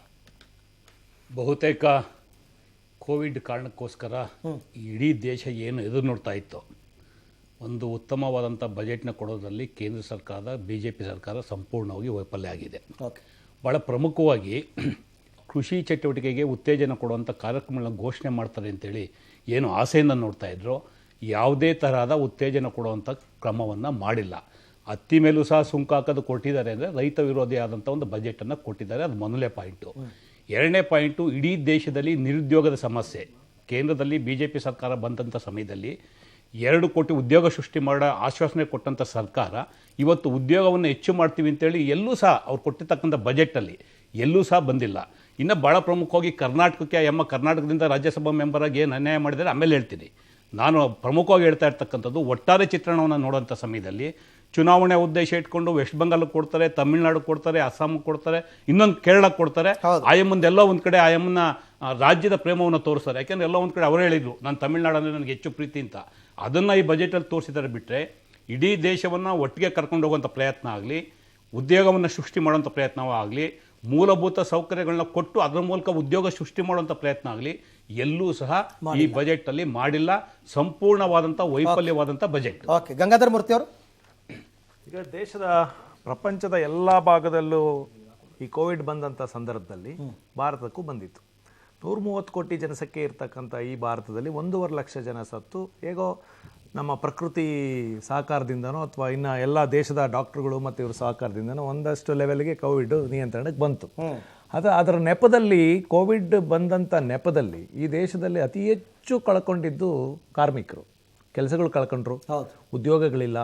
ಅದಕ್ಕಿಂತ ಹೆಚ್ಚಿನಾಗಿ ಅನ್ನದಾತ, ರೈತನ ಒಂದು ಸಮಸ್ಯೆ ಏನಂದರೆ, ರೈತ ಅವತ್ತು ಭಾಳ ವರ್ಷಗಳಿಂದ ಈ ಅತಿ ಹೆಚ್ಚು ರೈತ ಉತ್ಪಾದನೆಗಳು ಜಾಸ್ತಿಯಾಗಿ ಆಹಾರ ಸ್ಟಾಕ್ ಆಗಿ ಇಡೀ ದೇಶಕ್ಕೆ ಆಹಾರ ಕೊಡುವಂಥ ಪರಿಸ್ಥಿತಿಗೆ ಬಂದ್ವಿ ನಾವು. ಯಾಕೆಂದರೆ ಉಚಿತವಾಗಿ ಕೊಟ್ಟುವೋ ಇನ್ನೊಂದು ಕೊಡೋ ಪರಿಸ್ಥಿತಿಗೆ ಬಂದ್ವಿ. ಆದರೆ ಈ ಬಡ್ಜೆಟ್ಟಲ್ಲಿ ಈಗ ನಾವು ಚೇತರಿಕೆ ಕಾಣ್ತಾ ಇರ್ತಂಥ ಸಂದರ್ಭದಲ್ಲಿ ಮಾನ್ಯ ಪ್ರಧಾನಮಂತ್ರಿಗಳು ಹೇಳಿಕೆ ಕೊಟ್ಟಂಥ ಮನ್ ಕಿ ಬಾತಲ್ಲಿ ಒಂದಷ್ಟು ಹೇಳಿಕೆಗಳು ಕೊಟ್ಟಿದ್ರು ಅವರು. ರೈತರಿಗೆ ನಾವು 15 ಲಕ್ಷ ಕೋಟಿ ಇದ್ದಂಥ ಸಾಲದ ಇದನ್ನು 19 ಲಕ್ಷ ಕೋಟಿ ಮಾಡ್ತೀವಿ, ಮತ್ತು ಇನ್ನೊಂದಷ್ಟು ಉತ್ತೇಜನ ಕೊಡ್ತೀವಿ, ಮತ್ತು ಅವರ 2022ಕ್ಕೆ ಅವ್ರು ಬೆಳೆದಂಥ ಉತ್ಪನ್ನಗಳಿಗೆ ಅವರ ಇನ್ವೆಸ್ಟ್ಮೆಂಟಿಗೆ ತಕ್ಕನಾಗಿ 1:2 ಡಬಲ್ ಆದಾಯ ಮಾಡ್ತೀವಿ, ದ್ವಿಗುಣ ಮಾಡ್ತೀವಿ ಅಂತ ಹೇಳಿದರು. ಆದರೆ ಈ ಬಡ್ಜೆಟಲ್ಲಿ ಎಲ್ಲೂ ಕೂಡ ರೈತರ ಪರವಾಗಿ ನಿಂತಂತೆ ಎಲ್ಲೂ ಕಾಣ್ತಿಲ್ಲ. ಇಡೀ ದೇಶದಲ್ಲಿ ರೈತರ ಕೂಗು ಅತಿ ಹೆಚ್ಚಾಗಿದೆ. ಈಗ ನೀವು ಈ ದೇಶದ ಇನ್ನೂ 10 ವರ್ಷ ಏನಾದರೂ ನಾವು ಜೀವಂತವಾಗಿ ಹಂಗಲ್ಲ ಸರ್, ಈಗ ರೈತರ ಕೂಗು ಜೋರಾಗಿರ್ತಕ್ಕಂಥದ್ದು, ಅವ್ರು ಹೋರಾಟ ಮಾಡ್ತಾ ಇರ್ತಕ್ಕಂಥದ್ದು ಕೃಷಿ ಕಾಯ್ದೆಗಳ ವಿಚಾರಕ್ಕೆ ಸಂಬಂಧಪಟ್ಟಂತೆ. ಬಜೆಟ್ ನಲ್ಲಿ ಅದ್ರಲ್ಲಿ ಏನ್ ನಿರೀಕ್ಷೆ ಮಾಡ್ತೀರಾ ನೀವು ಅಂತ ನಾ ಕೇಳ್ತಿರೋದು. ನಮ್ಮ ಬಜೆಟ್ ಅಲ್ಲಿ ಕೃಷಿ ಕಾಯ್ದೆಗಳ ಬಗ್ಗೆ ಡಿಸಿಷನ್ ಬರಬೇಕಿತ್ತು ಮತ್ತೊಂದು ಅಂತ ನಾನು ಯೋಚನೆ ಮಾಡ್ತಿಲ್ಲ. ನಾನು ಹೇಳಿದ ಕೃಷಿಕರಿಗೆ ಇವತ್ತಿರ್ತಕ್ಕಂಥ ಸಮಸ್ಯೆಗಳಲ್ಲಿ ಈ ಕಾಯ್ದೆಗಳು ಬಂದ ಮೇಲೆ ಇನ್ನೂ ದೊಡ್ಡ ಹೊಡೆತ ಬೀಳ್ತದೆ. ಅದಕ್ಕೆ ಪೂರಕವಾಗಿ ಅವ್ರಿಗೆ ಏನಾದ್ರೂ ಸಹಕಾರ ಕೊಡುವಂತ ಕೆಲಸಗಳಾಗಬೇಕಿತ್ತು. ಮತ್ತೆ ಇನ್ನೊಂದೇನಾಗಿದೆ ಅಂದ್ರೆ ನಗರ ಪ್ರದೇಶಗಳಲ್ಲಿ ಇರ್ತಂತ ಎಲ್ಲಾ ಕಾರ್ಮಿಕರು ಕೆಲಸಗಳು ಕಳ್ಕೊಂಡು ಈಗ ಹಳ್ಳಿಗಳ ಕಡೆ ವಲಸೆ ಹೋಗಿದ್ದಾರೆ. ಅವ್ರೀಗ ಹೊಲದಲ್ಲಿ ಕೆಲಸ ಮಾಡೋ ಸ್ಟೇಜಿಗೆ ಬಂದಿದ್ದಾರೆ. ಅವ್ರಿಗೆ ನೀವು ಕೆಲಸ ಕೊಡಬೇಕು. ಈಗ ನರೇಗಾದಲ್ಲಿ 100 ದಿನಕ್ಕೆ ಅವಕಾಶ ಮಾಡಿಕೊಡ್ತೀವಿ ಅಂತ ಹೇಳಿದ್ರು, ಇವತ್ತಿನವರೆಗೂ ಆಗಿಲ್ಲ. ಮತ್ತೆ ಅದ್ರ ಜೊತೆಗೆ ನೀವು ಕಾರ್ಮಿಕರಿಗೆ ಮತ್ತೆ ಉದ್ಯೋಗ ಖಾತ್ರಿ ಯೋಜನೆ ಹೇಳ್ತೀರಾ? ನರೇಗಾದಲ್ಲೇ ಸರ್ ಮ್ಯಾಕ್ಸಿಮಮ್ ಕೊಟ್ಟಿರೋದು. ಈಗ ನಾನು ಹೇಳ್ತಿರೋದು ಎಕ್ಸ್ಟೆಂಡ್ ಮಾಡ್ತೀನಿ ಅಂತ ಹೇಳಿದ್ರು. ಇರೋದಕ್ಕಿಂತ ಮುಂದಿನ ವರ್ಷಕ್ಕೆ ಹಳೆಯದಕ್ಕಿಂತ ಎಕ್ಸ್ಟೆಂಡ್ ಮಾಡಿ ಜಾಸ್ತಿ ಮಾಡ್ತೀವಿ ಅಂತ ಹೇಳಿದ್ರು, ಅದನ್ನು ಮಾಡಿಲ್ಲ. ಮತ್ತೆ ನಾನು ಕೇಳೋದೇನು ಅಂತಂದ್ರೆ, ಈಗ ಚುನಾವಣಾ ದೃಷ್ಟಿಯಿಂದ ರಮೇಶ್ ಬಾಬು ಅವ್ರು ಹೇಳ್ದಂಗೆ 1,00,000 ಕೋಟಿ 1,000 ಕೋಟಿ ಅಷ್ಟು ಕೋಟಿ ಇಷ್ಟು ಕೋಟಿ ಪಶ್ಚಿಮ ಬಂಗಾಳ, ಅಸ್ಸಾಂ, ತಮಿಳುನಾಡು ಕೊಡ್ತೀರಿ ಅಂದ್ರೆ ಕರ್ನಾಟಕಕ್ಕೆ ಬರಬೇಕಾಗಿರ್ತಕ್ಕಂಥ ಪಾಲೇ ಬಂದಿಲ್ಲ. GST ಪಾಲು ಅದ್ರ ಬಗ್ಗೆನೂ ಮಾತಾಡಿಲ್ಲ, ಅದು ಬಂದಿಲ್ಲ. ಮತ್ತೆ ನೆರೆ ಪರಿಹಾರ ನಿಧಿಗಳು ಅದು ಬಂದಿಲ್ಲ. ಇದ್ರ ಬಗ್ಗೆ ಯಾವ ಚರ್ಚೆ ಒಂದು ರಾಜ್ಯಕ್ಕೆ ಆಡಳಿತ ಪಕ್ಷದವರ ರಿಯಾಕ್ಷನ್ ಅನ್ನ ತಗೊಳ್ತೀನಿ ನಾನೀಗ. ಆಡಳಿತ ಪಕ್ಷದವರ ರಿಯಾಕ್ಷನ್. ತೇಜಸ್ವಿನಿ ಗೌಡ ಅವರು ನಮ್ಮ ಜೊತೆನಲ್ಲಿ ಜಾಯ್ನ್ ಆಗಿದ್ದಾರೆ. ಮೇಡಮ್ ನಮಸ್ತೆ, ಕಾರ್ಯಕ್ರಮಕ್ಕೆ ಸ್ವಾಗತ. ಸೊ ಎರಡೂ ಪಕ್ಷದವರ ಮಾತನ್ನ ತಾವು ಕೇಳಿದ್ರೆ, ನಾನು ಇವ್ರಿಗಿಂತ ಹೆಚ್ಚಾಗಿ ಅವರ ಮಾತುಗಳ ಮೇಲೆ ಫೋಕಸ್ ಮಾಡೋದಕ್ಕೆ ಕೇಳ್ಕೊತೀನಿ ನಿಮ್ಮನ್ನ. ಸೊ ಸಂಪೂರ್ಣ ವಿಫಲವಾಗಿದೆ ಕೇಂದ್ರ ಸರ್ಕಾರ ಅಂತಕ್ಕಂಥ ಮಾತನ್ನ ಇಬ್ರು ಆಡೋದು. ಬಹುಶಃ ಕೊರೋನಾ ಪೂರ್ವ ಪರಿಸ್ಥಿತಿಯನ್ನ ನಾವು ಮೇಂಟೈನ್ ಮಾಡಿದ್ರೆ ಅದೇ ಒಂದು ದೊಡ್ಡ ಸಾಧನೆ ಆಗ್ತಾ ಇತ್ತು. ಇವತ್ತಿಡೀ ಜಗತ್ತಿನ ಆರ್ಥಿಕತೆ ಎಷ್ಟೊಂದು ಬಿಕ್ಕಟ್ಟಿಗೆ ಸಿಲುಕಿದೆ. ಮತ್ತೆ ಮುಂದಿನ ಭವಿಷ್ಯ ಏನು ಅನ್ನುವಂಥ ಸ್ಥಿತಿಯಲ್ಲಿ 135 ಕೋಟಿ ಭಾರತೀಯರಿರುವಂತಹ ಭಾರತ ದೇಶದಲ್ಲಿ ಮೊದಲ ಆದ್ಯತೆ ಹೆಲ್ತ್. ಇವತ್ತು ಕೊರೋನಾದಂಥ ಭೀಕರ ಕಾಯಿಲೆಯಿಂದ ಮನುಷ್ಯರನ್ನ ರಕ್ಷಣೆ ಮಾಡೋದು ಮೊದಲ ಆದ್ಯತೆ. ಆಮೇಲೆ ಶಿಕ್ಷಣ, ಮಕ್ಕಳನ್ನ ಮತ್ತೆ ಟ್ರ್ಯಾಕ್ ತರಬೇಕು. 100 ಸೈನಿಕ ಶಾಲೆ, 15,000 ಶಾಲೆಗಳ ನಿರ್ಮಾಣ. ಅದ್ಭುತ. ಇದಂತೂ ನಾನು ನಮ್ಮ ಆರ್ಥಿಕ ತಜ್ಞರಿಬ್ರು ಮಾತನಾಡಿದ್ರು. ಏಕಲವ್ಯ ಮಾದರಿ ಶಾಲೆನೂ ಖಂಡಿತ. ಮತ್ತೆ ಕೃಷಿಗೆ ಬೆಂಬಲ ಬೆಲೆಯನ್ನ ಮುಂದುವರಿಸಿರ್ತಕ್ಕಂಥದ್ದು. ಅದೇ ರೀತಿ ಸೆಸ್ ಹಾಕಿದ್ದಾರೆ, ಅಂದ್ರೆ ಗ್ಯಾರಂಟಿ. ನಾವು ನಿಮಗೆ ಆರ್ಥಿಕತೆಯನ್ನ ಎಲ್ಲೆಲ್ಲಿ ತರಬಹುದು ಆದಾಯವನ್ನ ಅಂತ ತೋರಿಸಿದ್ದಾರೆ. ಮೂಲಭೂತ ಸೌಕರ್ಯ, ಅದಕ್ಕೂ ದಾರಿಯನ್ನ ತೋರಿಸಿದ್ದಾರೆ. ಯಥಾಸ್ಥಿತಿಯನ್ನ ಕಾಪಾಡಿಕೊಂಡು ವಿಶ್ವಾಸವನ್ನ ತುಂಬುವಂತ ಒಂದು ನಾಯಕತ್ವ ಇದೆ ನಮಗೆ. ಇವತ್ತು ಬೇರೆ ಬೇರೆ ದೇಶ, ಇಡೀ ಜಗತ್ತಿನ 100 ದೇಶಗಳಿಗೆ ನಾವು ಒಂದು ಆರೋಗ್ಯದ ವಿಚಾರದಲ್ಲಿ ಲಸಿಕೆಯನ್ನ ಕಳಿಸ್ತೀವಿ ಅಂತ ಹೇಳಿದ್ರೆ ಹೆಮ್ಮೆ ಪಡುವಂತ ಸಂಗತಿ. ಇರ್ಲಿ, ಪ್ರತಿಪಕ್ಷಗಳ ಕೆಲವೊಂದು ಅಬ್ಸರ್ವೇಷನ್ಸ್ ಅನ್ನ ನಾನು ರೂಲಿಂಗ್ ಪಾರ್ಟಿ ಅವಳಾದ್ರೂ ಕೂಡ, ಯಾಕಂದ್ರೆ ಕನಸು ತುಂಬಾ ಇದೆ, ನಿರೀಕ್ಷೆ ತುಂಬಾ ಇದೆ. ಖಂಡಿತ ಇವತ್ತಿನ ಪ್ರತಿಯೊಬ್ಬ ಭಾರತೀಯನು ನಿಟ್ಟುಸಿರು ಬಿಡುವಂತಹ ವಿಶ್ವಾಸಾರ್ಹತೆ ಇವತ್ತು ತಾವು ನೋಡ್ತಾ ಇದ್ದೀರಿ ಷೇರು ಮಾರುಕಟ್ಟೆಯಲ್ಲಿ ಅಥವಾ ಯಾವ ರೀತಿ ಅದು ಆರ್ಥಿಕ ಸೂಚ್ಯಂಕಗಳು ತೋರ್ತಾ ಇದೆ. ಒಂದು ವಿಶ್ವಾಸ, ಎಲ್ಲ ವರ್ಗಗಳಿಗೂ ವಿಶ್ವಾಸವನ್ನ ತುಂಬಿ ಜೀವನ ಭದ್ರತೆಗೆ ಒಂದು ಸಿಂಪಲ್ ಆಗಿ ಹೇಳ್ಬೇಕು ಅಂದ್ರೆ ಹಾಸಿಗೆ ಇದ್ದಷ್ಟು ಕಾಲ್ ಚಾಚಿದ್ದಾರೆ. ಅಲ್ಲ, ಇವತ್ತಿನ ಸ್ಥಿತಿಯಲ್ಲಿ ಈ ವರ್ಷ ಕೊನೆಯದಾಗಿ ನಾನು ಕುರುಬೂರು ಶಾಂತಕುಮಾರ್ ಅವ್ರ ಹತ್ರ ಇನ್ನೊಂದು ರಿಯಾಕ್ಷನ್ ತಗೊಂಡ್ಬಿಡ್ತೀನಿ. ಸರ್, ಇವಾಗ ತಾವು ಕೇಳಿಸ್ಕೊಂಡ್ರಿ ಅಂತ ಅನ್ಕೋತೀನಿ ನಾನು. ಇದನ್ನ ಕೆಲವು ಸೂಕ್ಷ್ಮವಾಗಿ ನಾನು ಆರಂಭದಲ್ಲಿ ನಿಮ್ಗೆ ಹೇಳಿದೆ. ನಿಮ್ಮದು ನಿಮ್ಮ ಹೋರಾಟದ ಕೆಲವು ಬೇಡಿಕೆಗಳಿತ್ತಲ್ಲ, ಆರಂಭದ ಬೇಡಿಕೆಗಳು. MSP ಕೃಷಿ ಕಾಯ್ದೆಗಳು ಬಂದರೆ MSP ಹೊರಟೋಗ್ಬಿಡುತ್ತೆ, APMCಗಳು ಮುಚ್ಕೊಂಡು ಹೋಗ್ಬಿಡುತ್ತೆ, ಹೀಗೆಲ್ಲ ಪ್ರಶ್ನೆಗಳು ಕೇಳ್ತಾ ಇದ್ದಕ್ಕೆ ಸ್ವಲ್ಪ ಉತ್ತರ ಕೊಟ್ಟಿದ್ದಾರೆ. ಇಲ್ಲ ಹಾಗೆಲ್ಲ ಮಾಡಲ್ಲ, ನಾವು ಅದೆಲ್ಲನೂ ಕೂಡ ಉಳಿಸ್ಕೊತೀವಿ ಅಂತ. ಅದು ಯಾಕೆ ನೀವು ಶಾಸನಬದ್ಧವಾದ ನಮಗೆ ಇದೇ ಬೇಕು, ದಾಖಲೆನೇ ಬೇಕು ಅಂತ ಯಾಕೆ? ನೋಡಿ, ಅಲ್ಲಿ ತಪ್ಪಾಗ್ತಾ ಇರೋದು. MSP ಅಂತ ನಿಗದಿ ಮಾಡುವಂತ ಪ್ಲೀಸ್ ಹೋಲ್ಡ್ ಆನ್ ಸರ್. ಮತ್ತೆ ಪೆಟ್ರೋಲ್ ಬೆಲೆ ದುಬಾರಿ ಆಗಿದೆ ಅಂತಕ್ಕಂಥ ಮಾಹಿತಿ ನಮಗೆ ಈಗ ಬರ್ತಾ ಇದೆ. ಓಕೆ, ಪೆಟ್ರೋಲ್ ಬೆಲೆ ಮತ್ತೆ ದುಬಾರಿ ಆಗಿದೆ, ಏನು ಎತ್ತ ಅಂತಕ್ಕಂಥದ್ರ ಬಗ್ಗೆ ಇನ್ನಷ್ಟು ಡೀಟೇಲ್ಸ್. ಈಗಾಗಲೇ 88.93 ಬೆಂಗಳೂರಿನ ರೇಟ್ ಇದ್ದಿದ್ದು. ಸೊ ಎಷ್ಟಾಗಿದೆ ಅಂತಕ್ಕಂಥದ್ರ ಬಗ್ಗೆ ನಿಮಗೆ ಮಾಹಿತಿಯನ್ನು ಕೊಡ್ತೀವಿ. ನಾನು ರುದ್ರಮೂರ್ತಿ ಅವ್ರನ್ನ ಕಳಿಸ್ಕೊಡ್ತಕ್ಕಂಥ ಸಮಯ ಲಾಸ್ಟ್ ರಿಯಾಕ್ಷನ್ ಅನ್ನು ತಗೊಂಡ್ಬಿಡ್ತೀನಿ. ರುದ್ರಮೂರ್ತಿ ಅವರು. ಸರ್, ನಾನು ಏನು ಹೇಳ್ತೀನಿ, ಇಲ್ಲಿ ವಾದ ಮಾಡಬೇಕು ಅಂದ್ರೆ ನಾನು ಇವಾಗ ಆರ್ಥಿಕ ತಜ್ಞನಾಗಿ ಮಾತಾಡಿ ಬಜೆಟ್ ಏನು, ನಮ್ಮ ದೇಶ ಏನು, ನಾನು ದೇಶದ ತಜ್ಞನಾಗಿ ಮಾತಾಡ್ತೀನಿ ಹೊರತು ಯಾವ ಪಾರ್ಟಿಗೋಸ್ಕರ ಮಾತಾಡ್ತಿಲ್ಲ. ಈ ಕೋವಿಡ್ ಸಂದರ್ಭದಲ್ಲಿ ಈ ಕೊಟ್ಟಿರುವಂತಹ ಬಜೆಟ್ ಏನಿದೆ ತುಂಬಾ ಚೆನ್ನಾಗಿದೆ. ನೀವು ರೆವಿನ್ಯೂನ್ ತರಬೇಕಾದ್ರೆ ಟ್ಯಾಕ್ಸಸ್ ಅನ್ನ ರೈಸ್ ಮಾಡಬೇಕು. ನೀವೇನ ಪರ್ಸನಲ್ ಇನ್ಕಮ್ ಟ್ಯಾಕ್ಸ್ ಜಾಸ್ತಿ ಮಾಡಿದ್ರೆ, ಸ್ಯಾಲರಿಡ್ ವರ್ಗದವ್ರಿಗೆ ಏನಾನ ಟ್ಯಾಕ್ಸಸ್ ಜಾಸ್ತಿ ಮಾಡಿದ್ರೆ, ಅಥವಾ ಸೂಪರ್ ರಿಚ್ ಅವ್ರಿಗೆ ಬೇಕಾದ್ರೆ ಟ್ಯಾಕ್ಸಸ್ ಜಾಸ್ತಿ ಮಾಡಬಹುದಿತ್ತು. ಆಲ್ರೆಡಿ 51% ಮಾಡಿದ್ದಾರೆ. ಇದು ಯಾವುದು ಮಾಡದೇನೆ ಇಲ್ಲಿ ಏನ್ ಮಾಡ್ತಿದ್ದಾರೆ. ಇವಾಗ ನಾವ್ ಹೇಳ್ತಾ ಇದೀವಿ 100% ರೈಸ್ ಆಗೋಗಿದೆ ಅಬಕಾರಿ ಮೇಲೆ ಸೆಸ್ಸು ಅಂತ. ಸೆಸ್ ಅಂದ್ರೆ ಏನ್? ಫಸ್ಟ್ ಆಫ್ ಆಲ್ ಟ್ಯಾಕ್ಸ್ ಮೇಲೆ ಟ್ಯಾಕ್ಸ್ ಅದು 100% ಅಂದ್ರೆ ನೀವ್ ಏನ್ ಟ್ಯಾಕ್ಸ್ ಅಮೌಂಟ್ ಬರುತ್ತಲ್ಲ ಅದ್ರ ಮೇಲೆ ಟ್ಯಾಕ್ಸ್. 2 ರೂಪಾಯಿ ನೀವು ಇನ್ಕ್ರೀಸ್ ಆಯ್ತು, 4 ರೂಪಾಯಿ ಇನ್ಕ್ರೀಸ್ ಆಯ್ತು, ಆಯ್ತಪ್ಪ. ಇವಾಗ ನಾನು ಪೆಟ್ರೋಲ್ ಮೇಲೆ 2.5 ರೂಪಾಯಿ ಜಾಸ್ತಿ ಕಟ್ತೀನಿ, ಡೀಸೆಲ್ ಮೇಲೆ 4 ರೂಪಾಯಿ ಜಾಸ್ತಿ ಕಟ್ತೀನಿ. ಸಾಮಾನ್ಯ ಜನಕ್ಕೆ ಇದರಿಂದ ಹೊರೆ ಆಗ್ತಾ ಇದೆ. ಏನಕ್ಕೆ ಕಲೆಕ್ಟ್ ಮಾಡ್ತಿದ್ದೀರಾ ಅನ್ನೋದು ನನ್ನ ಫಸ್ಟ್ ಕ್ವಶನ್. ಇಲ್ಲಿ ಏನಾಗುತ್ತೆ ಗೊತ್ತಾ ಸರ್, ಒಂದ್ ಸಿಂಪಲ್ ಆಗಿ ಹೇಳ್ತೀನಿ. ಕಾಮನ್ ಮೆನ್ ನಲ್ಲಿ ಇವತ್ತು ಯಾರೋ ಒಬ್ರು ಬ್ಯಾಂಕ್ ಸಾಲ ಮಾಡ್ತಾರೆ. ಬ್ಯಾಂಕ್ ಸಾಲ ಮಾಡ್ಬಿಟ್ಟು ಒಂದ್ ಪ್ರಾಪರ್ಟಿಯನ್ನ ಖರೀದಿ ಮಾಡ್ತಿದ್ದೀರಾ. ಆಸ್ತಿಗೋಸ್ಕರ ನಾನು ಬ್ಯಾಂಕ್ ಸಾಲ ಮಾಡ್ತಾ ಇದ್ದೀನಿ ಅಂದ್ರೆ, ಬಡ್ಡಿ ಕಟ್ತೀನಿ, ನಾನೊಂದು ಆಸ್ತಿ ಸೃಷ್ಟಿಸ್ತೀನಿ ಅಂದ್ರೆ ಅದು ಒಳ್ಳೇದು. ನಾನು ಸಾಲ ಮಾಡ್ಬಿಟ್ಟು ಬ್ಯಾಂಕ್ ಸಾಲ ಗೋವಾಗ ಹೋಗ್ಬಿಟ್ಟು ನ್ಯೂ ಇಯರ್ ಪಾರ್ಟಿ ಮಾಡ್ತೀನಿ ಅಂದ್ರೆ ನೀವು ಸಾಲ ಮಾಡಬೇಡಿ ಅಂತ ಹೇಳ್ತೀನಿ, ಸಿಂಪಲ್. ಇಲ್ಲಿ ಪ್ರಶ್ನೆ ಏನ್ ಬರುತ್ತೆ, ನೀವು ಆಗ್ತಿರೋ ಸೆಸ್ ಅನ್ನ, ಕಲೆಕ್ಟ್ ಮಾಡ್ತಿರೋ ದುಡ್ಡನ್ನ ಏನ್ ಮಾಡ್ತೀರಾ? ಕೃಷಿಗೋಸ್ಕರ ನಾವು ಕೊಡ್ತೀವಿ ಅಂತ ಇದ್ದಾಗ ಇದು ರೈತ ವಿರೋಧಿ. ಇದು ಹೆಂಗೆ ಅಂದ್ರೆ, ನಾನು ಹೇಳ್ತಾ ಇಲ್ಲ, ನಾವು ಬಜೆಟ್ ಸ್ಪೀಚ್ ಮುಂಚೆನೆ ಕೆಲವ್ರಿಗೆ ನಾನು ಕೇಳಬೇಕು, ನೀವು ಬಜೆಟ್ ಅನ್ನ ಮಂಡಿಸಿದ್ದಿದ್ರೆ ಹೇಗ್ ಮಂಡಿಸ್ತಿದ್ರಿ ನಮ್ಗೆ ಹೇಳ್ಕೊಡಿ, ನಾವು ಕಲಿತೀವಿ. ಏಕಲವ್ಯ ಕ್ಲಾಸ್ ರೂಮ್ ಅಲ್ಲಿ ಕುತ್ಕೊಂಡು ನಾವು ಕಲಿತೀವಿ ಬೇಕಾರೆ. ಇಲ್ಲಿ ಏನಾಗ್ತಾ ಇದೆ, ಪ್ರೀ ಕನ್ಸೀವ್ಡ್ ನೋಷನ್ಗಳು.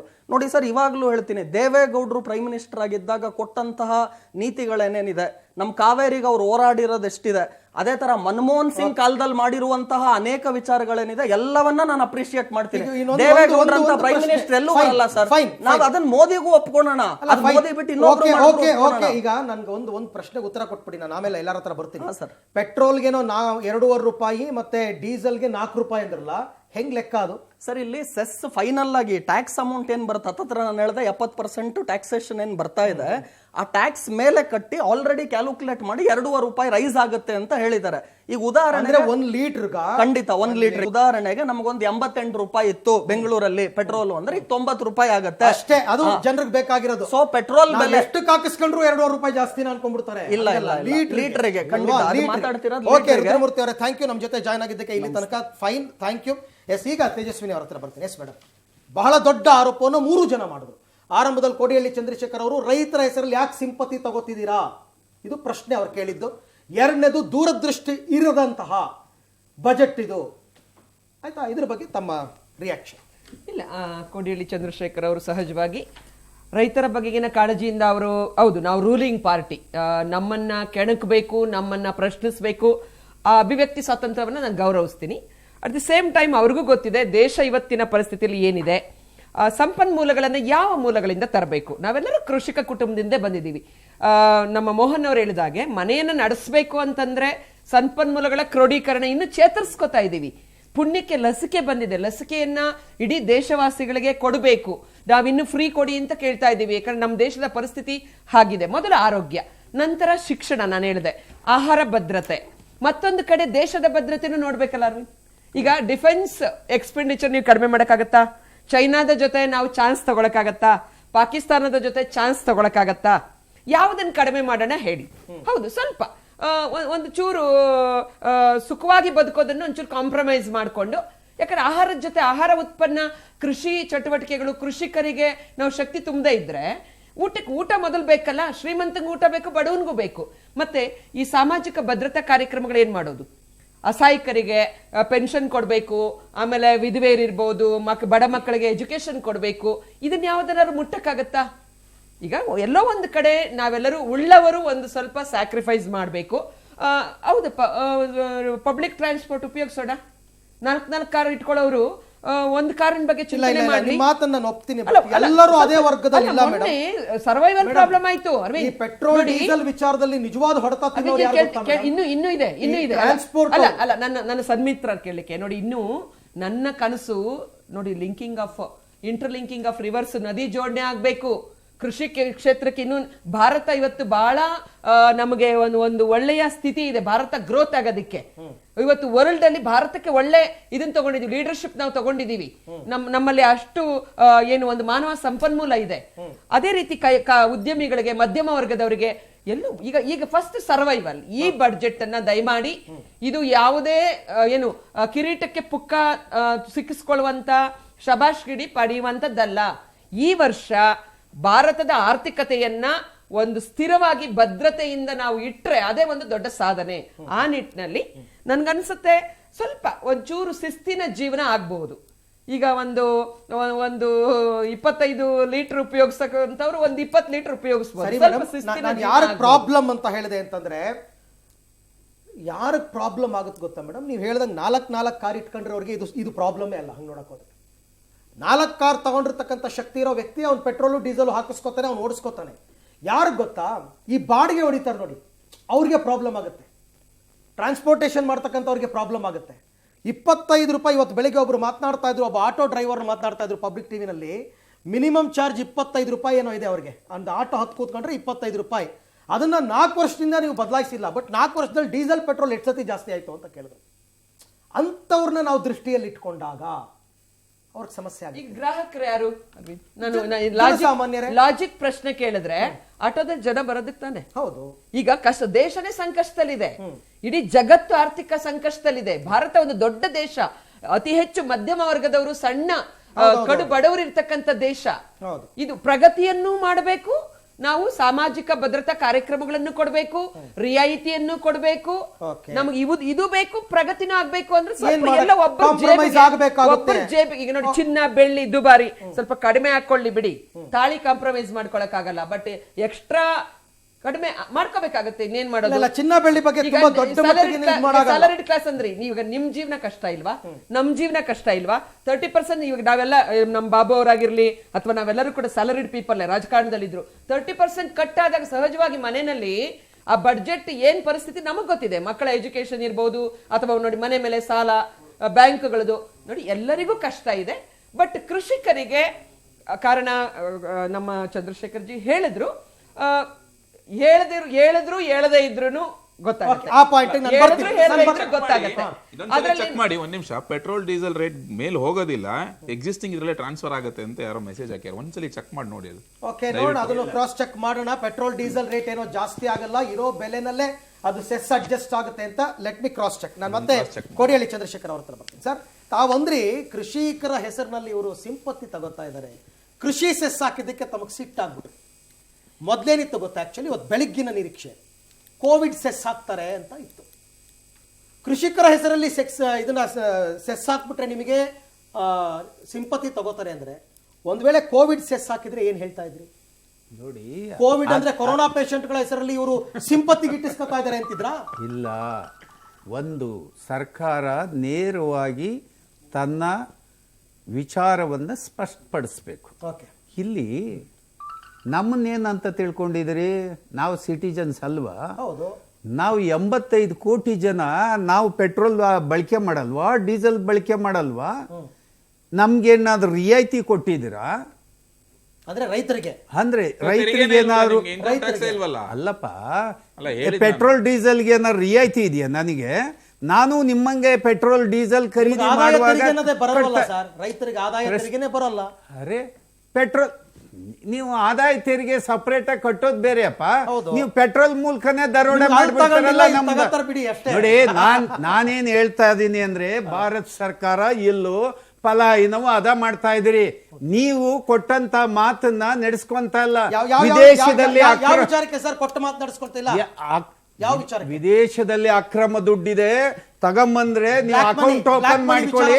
ಹೌದು, ಬ್ಲಾಕ್ ಮನಿ ನಾವು ತಂದು ಹಾಕ್ತೀವಿ ಅಂತ ಹೇಳಿದ್ರಲ್ಲ. ಇದೆಲ್ಲ ಮಾಡಕ್ ಸೋತ್ ಬಿಟ್ಟು ನೀವು ಇವತ್ತು ಇದನ್ನ ಮಾತಾಡ್ತಾ ಇದ್ದೀರಿ. ಆಯ್ತು ಸರ್, ಫೈನ್. ನೀವು ಕೇಳಬಾರ್ದು ಈ ಪ್ರಶ್ನೆ ಅಂತ ಎಲ್ಲೂ ಇಲ್ಲ ಸರ್, ಖಂಡಿತ. ಗಂಗಾಧರ್ ಮೂರ್ತಿ ಈಗ ಆಗ್ಲೇ ನಾನು ನಮ್ಮ ಸ್ನೇಹಿತರು ಇರ್ಬೇಕಿತ್ತು, ಹೊರಟ್ಬಿಟ್ರು. ನಾನು ಅವ್ರನ್ನ ಬಿಜೆಪಿಯ ಆರ್ಥಿಕ ತಜ್ಞರು ಅಂತ ಬಳಸ್ತೀನಿ. ಯಾಕೆ ಅಂತ ಕೇಳಿದ್ರು. ಯಾಕೆ ಅಂತಂದ್ರೆ, ಅವರು ಪ್ರಾರಂಭದಲ್ಲಿ ಈ ಸೆಸ್ಸು ಬರೋದಕ್ಕಿಂತ ಮುಂಚೆ ಒಂದು ಸ್ಟೇಟ್ಮೆಂಟ್ ಮಾಡಿದ್ರು. ನಾನು ಈ ಬಡ್ಜೆಟ್ಗೆ 10/11 ಕೊಡ್ತೀನಿ ಮಾರ್ಕ್ಸು ಅಂತ ಹೇಳಿದ್ರು ಒಂದು ಕಡೆ. ಎರಡನೇದು, ಈ ಕೋವಿಡ್ ಪರಿಸ್ಥಿತಿಯಲ್ಲಿ ಇಡೀ ಪ್ರಪಂಚದ ಎಲ್ಲ ದೇಶಗಳು ಏನೇನು ನಡ್ಕೊಂಡಿದ್ದೇವೆ ಅದೇ ರೀತಿ ನಮ್ಮ ದೇಶನೂ ನಡ್ಕೊಂಡಿದೆ. ಬಡ್ಜೆಟು ಯಾವುದ್ರ ಮೇಲೂ ಟ್ಯಾಕ್ಸ್ ಹಾಕದೆ, ಯಾವುದ್ರ ಮೇಲೂ ಸೆಸ್ ಹಾಕದೆ ಅದ್ಭುತವಾಗಿ ಬಂದಿದೆ ಬಡ್ಜೆಟ್ಟು ಅಂತಂದರು. ಅದಕ್ಕೆ ತಾಳ್ಮೆ ಇರಬೇಕು ಅಂತ ಹೇಳೋದು. ಫುಲ್ ಬಡ್ಜೆಟನ್ನು ನೋಡದೆ ಸೆಸ್ ಯಾರೇನು ಆಗ್ತಾರೆ ಅಂತ ತಿಳ್ಕೊಳ್ಳೋದಲ್ಲ. ಮೊದಲೇ ಒಂದ್ ನಿಮಿಷ ಪ್ಲೀಸ್. ಅದನ್ನೇ ಮೊದಲೇ ಸ್ಟೇಟ್ಮೆಂಟ್ ಮಾಡಿದ್ಮೇಲೆ ಅವ್ರು ಇದ್ದಿದ್ರೆ ಈ ಪ್ರಶ್ನೆ ನಾನು ಕರೆಕ್ಟಾಗಿ ಕೇಳ್ತಿದ್ದೆ, ನೋಡಿದ್ರೆ ಕೇಳ್ಕೊಳ್ಳಿ. ಆದರೆ ನೀವು ಆ ಸ್ಟೇಟ್ಮೆಂಟ್ ಮಾಡ್ತೀರಿ ಅಂದ್ರೆ ನೀವು ಮೊದಲೇ ಹಿಂಗೆ ಇಟ್ಕೊಂಡು ಬಂದಿದ್ದೀರಿ. ನಾನು ಮೋದಿ ಬಜೆಟನ್ನು, ಮೋದಿ ಗೌರ್ಮೆಂಟ್ ಬಜೆಟನ್ನು ಹೇಗಿದ್ರು ಸಮರ್ಥಿಸಬೇಕು ಅಂತ ಬಂದ್ಬಿಟ್ಟಿದ್ದೀರಿ. ಬಂದಾದ ಮೇಲೆ ನೀವು ಈ ಸೆಸ್ಸದೆಲ್ಲ ಆದಮೇಲೆ ಏನು ಹೇಳ್ತೀರಿ? ಆದರೆ ಕೃಷಿಕರಿಗೆ ಅನ್ಯಾಯ ಆಗ್ತಿದೆಯಲ್ಲ, ಇದು ತಂದಿದ್ದ ದುಡ್ಡು ಆಯ್ತಪ್ಪ, ಈಗ ಕೃಷಿಕರಿಗೆ ಹೆಸರು ಹೇಳ್ಕೊಂಡು ಹಾಕಿದೆ. ಯಾಕೆ ಆಗ್ತಾ ಇದ್ದೀರಿ ಗೊತ್ತಾ? ಕೃಷಿಕರ ಸೆಸ್ ಅಂತ ತೋರಿಸ್ತಾ ಇದ್ದೀರಿ ಪ್ರತಿಯೊಂದರಲ್ಲೂ. ಈ ದೇಶದ ತುಂಬ ಈ ಸರ್ಕಾರದ ವಿರುದ್ಧ ರೈತರ ಹೋರಾಟ ಜಾಸ್ತಿ ಆಗ್ತಾ ಇದೆ. ದಿನೇ ದಿನೇ ದಿನೇ ಎಲ್ಲ ರಾಜ್ಯಗಳಲ್ಲೂ ಸ್ಪ್ರೆಡ್ ಆಗ್ತಾ ಇದೆ. ಅದನ್ನ ನೀವು ಸಮರ್ಥಿಸ್ಕೊಳ್ಳೋಕ್ಕೋಸ್ಕರ ನಾವೇನೋ ಮೂಗುಗೆ ತುಪ್ಪ ಸವರಿದ್ದೀವಿ ಅನ್ನೋ ತೋರ್ಸೋಕ್ಕೋಸ್ಕರ ಹೊರಟಿದ್ದೀರಿ. ಆಯ್ತು, ಇಷ್ಟೆಲ್ಲ ಟ್ಯಾಕ್ಸ್ ಸೆಸ್ ಹಾಕಿದಿರಲ್ಲ, ಎಷ್ಟು ಅಮೌಂಟ್ ಈ ಸೆಸ್ಸಿಂದ ಬರುತ್ತೆ ಒಂದು ಅಂದಾಜು. ಅದಕ್ಕೆ ತಕ್ಕನಾಗಿ ಕೃಷಿಕರಿಗೆ ನಾವೇನು ಹೊಸದಾಗಿ ಏನೋ ಕಾರ್ಯಕ್ರಮ ಕೊಡ್ತಾ ಇದೀವಿ ಅಂತ ಹೇಳ್ಬೇಕಿತ್ತು.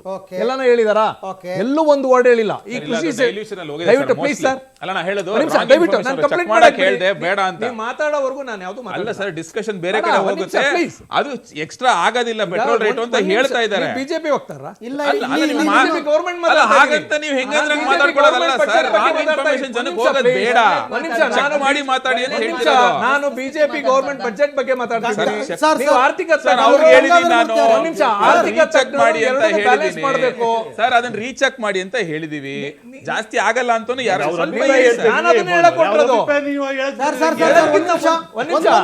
ನಾವು ಹೇಳೋದಕ್ಕಿಂತ ನಾನು ನೋಡ್ದಂಗೆ ನೀವುಗಳ ಆಡಳಿತದಲ್ಲಿದ್ದಾಗ ಬಿಜೆಪಿಯವರು ಆಡಳಿತದಲ್ಲಿದ್ದಾಗ ನೀವು ಇವ್ರನ್ನ ಬಿಟ್ಬಿಡಿ, ಇವ್ರನ್ನ ಏನಾರು ಅನ್ಕೊಳ್ಳಿ, ನನಗೆ ಗೊತ್ತಿಲ್ಲ ಅವ್ರು ಹೆಂಗ್ ಮಾತಾಡ್ತಾರೆ, ನೀವು ಮಾತಾಡ್ತೀರಾ. ಆಂಕರ್ಗಳು ಅಷ್ಟೇನೆ. ನಾವು ಮೋದಿ ಅಂದ್ಬಿಟ್ರೆ ನೀವು ಮೋದಿ ಪರ, ನಾವು ಬಿಜೆಪಿ ಅಂದ್ರೆ ನೀವು ಬಿಜೆಪಿ ಪರ.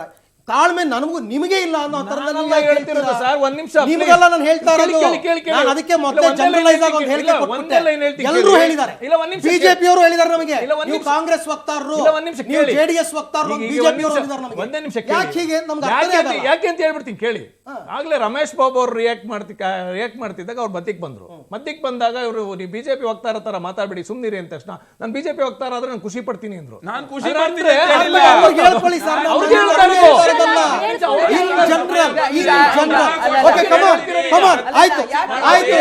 ಡಿಬೇಟ್ ಅಂದಾಗ ಸರ್, ಡಿಬೇಟ್ ಅಂದಾಗ ಎಲ್ಲವನ್ನ ಸ್ವೀಕರಿಸಿ ಬರ್ತೀನಿ.